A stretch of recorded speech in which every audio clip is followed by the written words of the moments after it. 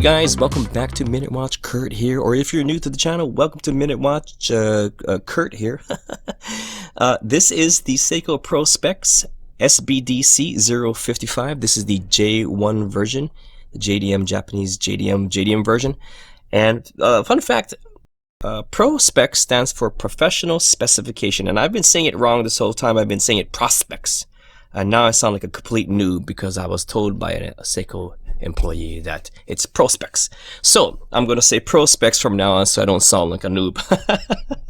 Oh, who cares? I'm going to call it Prospex, whatever I feel like it, because screw it. So today I'm going to talk about where and why I got this watch, its heritage and features.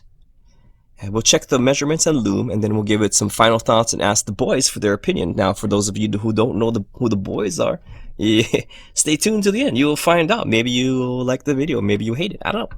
But I got this watch in Harajuku, Japan, on a place called Big Camera, on a street called Takeshita Street, which is a very funky street. Oh, look at that. Oh, look at that.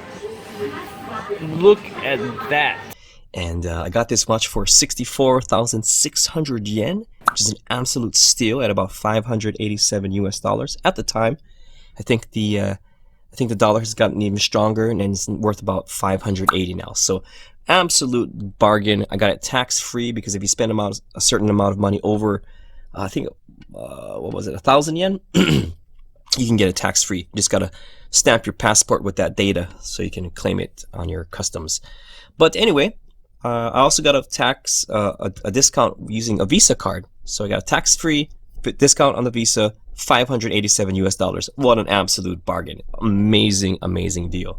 Its normal price was 68,000 yen, and it was still a great freaking deal. Excuse me, been a little sick. Side note, if you hear a lot of noise in the background, we are in a hurricane warning right now. I'm on the island of Maui. Hurricane Lane is barreling down on us. It's projected to move a little bit to the west and not affect us too much, but anything could happen in a hurricane, so we're kind of crossing our fingers. But it is already starting to get pretty windy.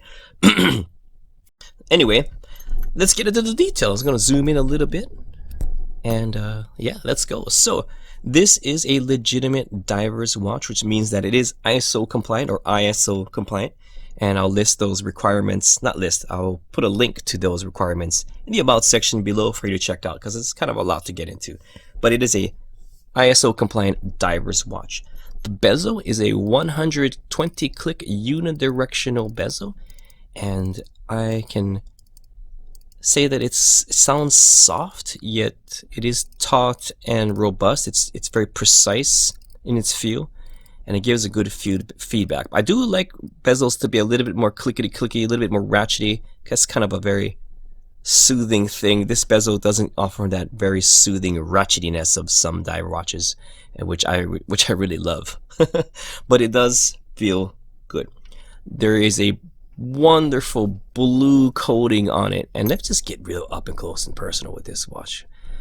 There you go. Look at that. The wonderful blue coating on that bezel, it just makes this watch stand out, and that's what I love about it. I'm not sure if it's anodized or if it's some kind of IP coating, but we'll see how well it withstands little nicks and scratches. But it's just magnificent, excellently done. Love that blue bezel. The insert appears to be some kind of ceramic. I think it's ceramic because it does exude those kinds of qualities. It's shiny, has a little bit of a lip there, not so sharp. So I think it is ceramic, while the markings are painted on. And of course, there's a lume pip. Love that bezel. Let's zoom out a little bit. The top glass is a single dome sapphire crystal with an AR coating, blue AR coating, and I love that they went with a single dome, because for one thing, I kind of like that distortion. Some people don't like it, but what I do love most about a single dome, it just makes the dials pop. They make it pop a lot more than any other crystal. Look at that. See how that those indices reflected that light all of a sudden? Bloop. That is something that is hard to do with the with a single or with a double dome or a flat crystal, because the single dome kind of focuses the light just perfectly, so you can do that. Or I'm just tripping and I'm making that up. I don't know. I tend to do that sometimes, but it's still good. It's a real good crystal, probably my favorite crystal on any Seiko diver ever.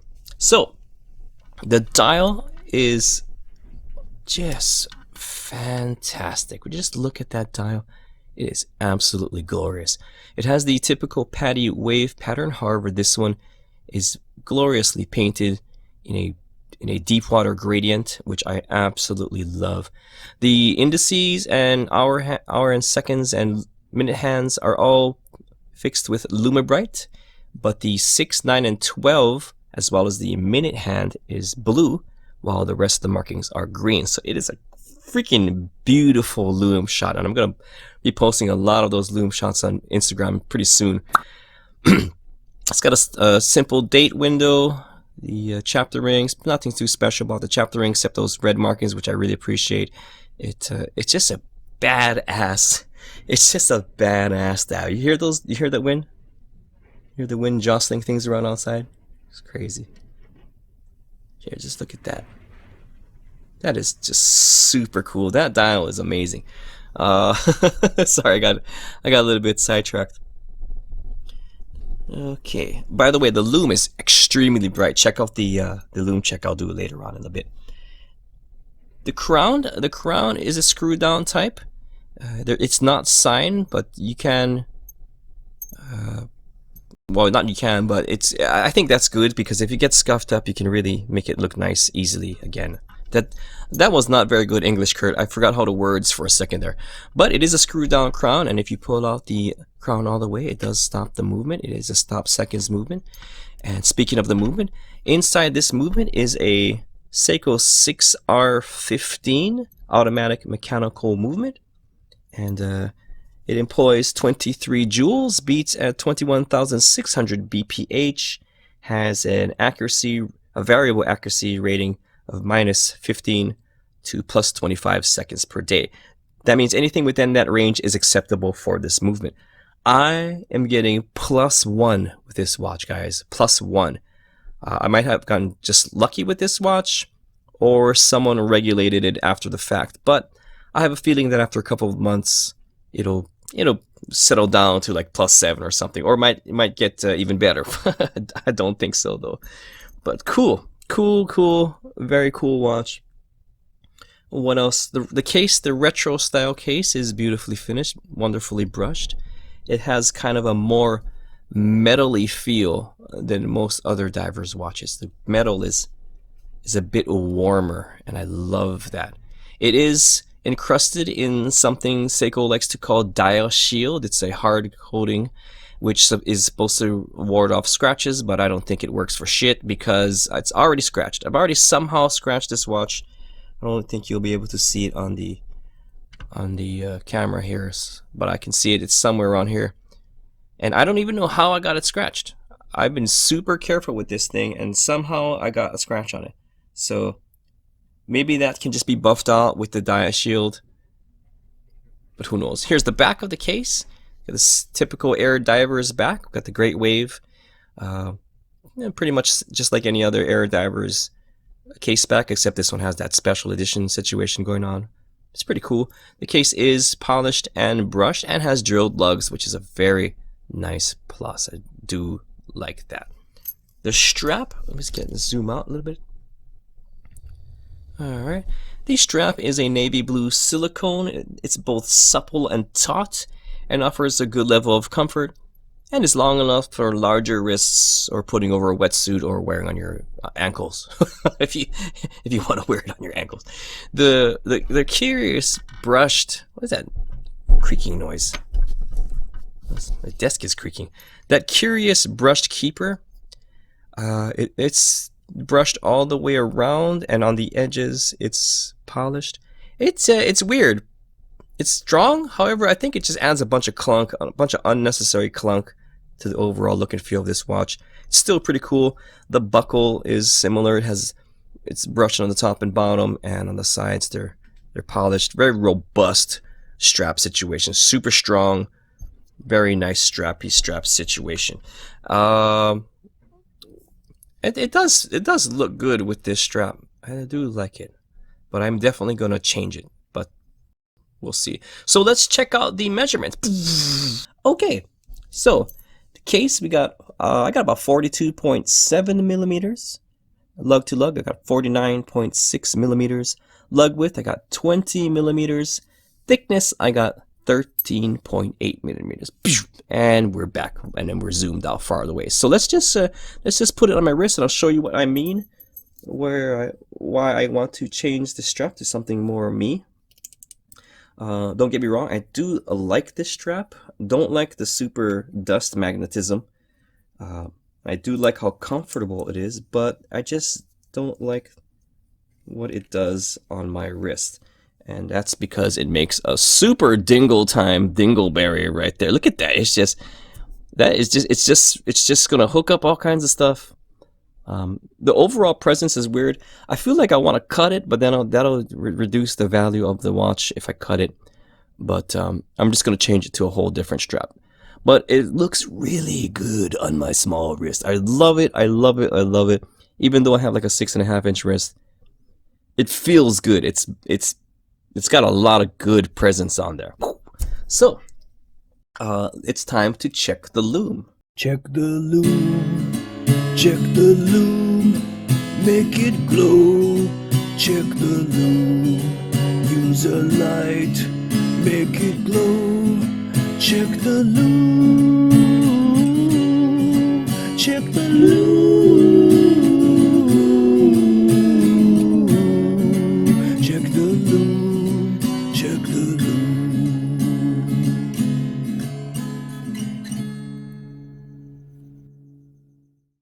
Alright, I already set it up. Gonna test it against the venerable Orange Monster. Everybody knows that thing has killer lume.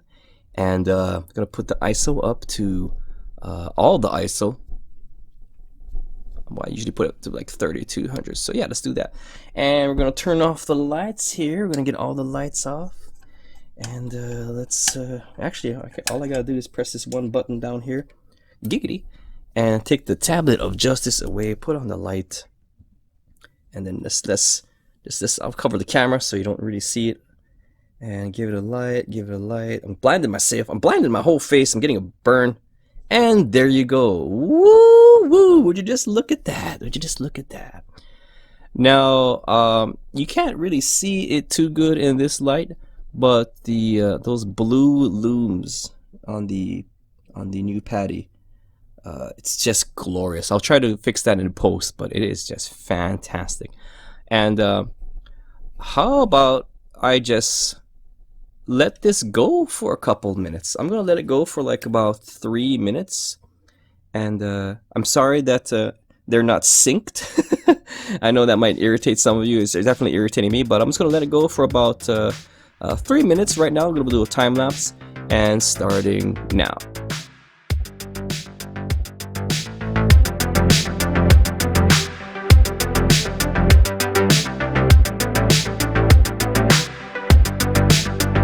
Alright, I'm back. I think I went a little bit over than that, but it's seeking both of them are getting a little bit on the dimmer side now.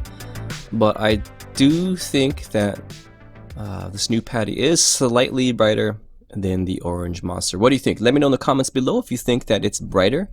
And yeah, so let's turn back on the lights. Put the ISO back down to, where was it? I don't know where it was. I think it was on 500.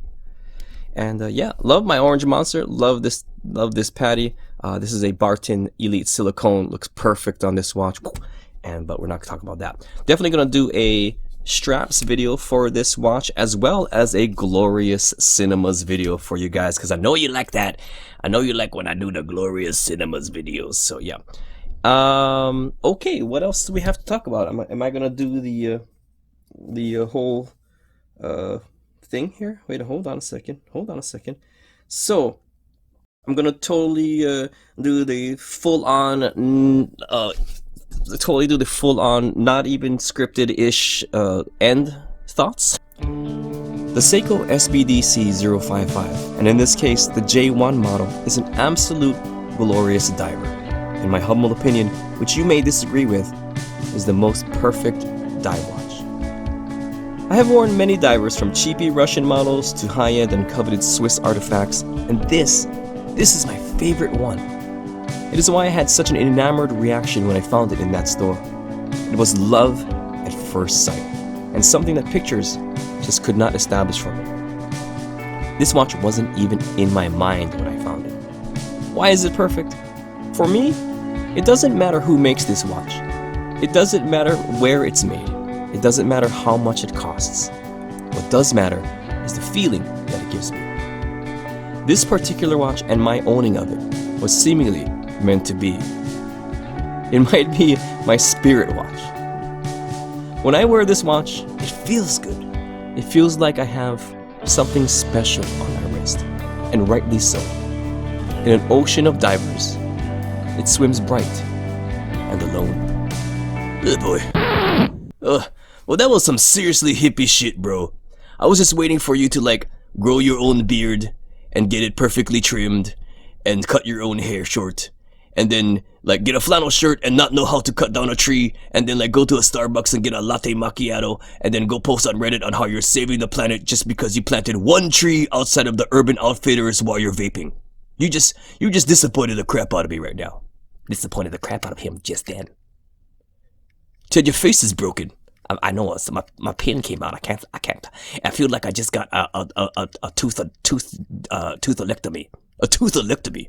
You know, a root canal. You know, you can't feel your face. You see, my pen came out. My pen came out during the video, and I can't do nothing about it. Well, we're not gonna do this again, so you're just gonna have to live with that until we fix it. But anyway, you disappointed the crap out of me, Kurt. Well, guys, I'm sorry I disappointed you, but regardless of what you say and what I think, what do you think about this watch? Well, okay, in all seriousness, this watch is actually pretty awesome. Normally I hate everything you do and get, but this is legitimately 100% awesome. I love it. I made it up. I hate it. Just kidding. You thought I was gonna give it a good review. It sucks. You sucks. Ted's broken face sucks. Yeah. You have a big asshole. Wait, what? You have a big asshole. I don't understand. Your face, you gotta fix your face. It's broken. It's all kinds of broken. Okay, well guys, thanks for your review, and for all you awesome viewers out there, I appreciate every single one of you watching. Please give this video a like, and if you're subscribed, please do so for more. If you're not subscribed, I mean, please subscribe for more. May your peanut be happy, and thanks for watching. I hate you, Ted. I know.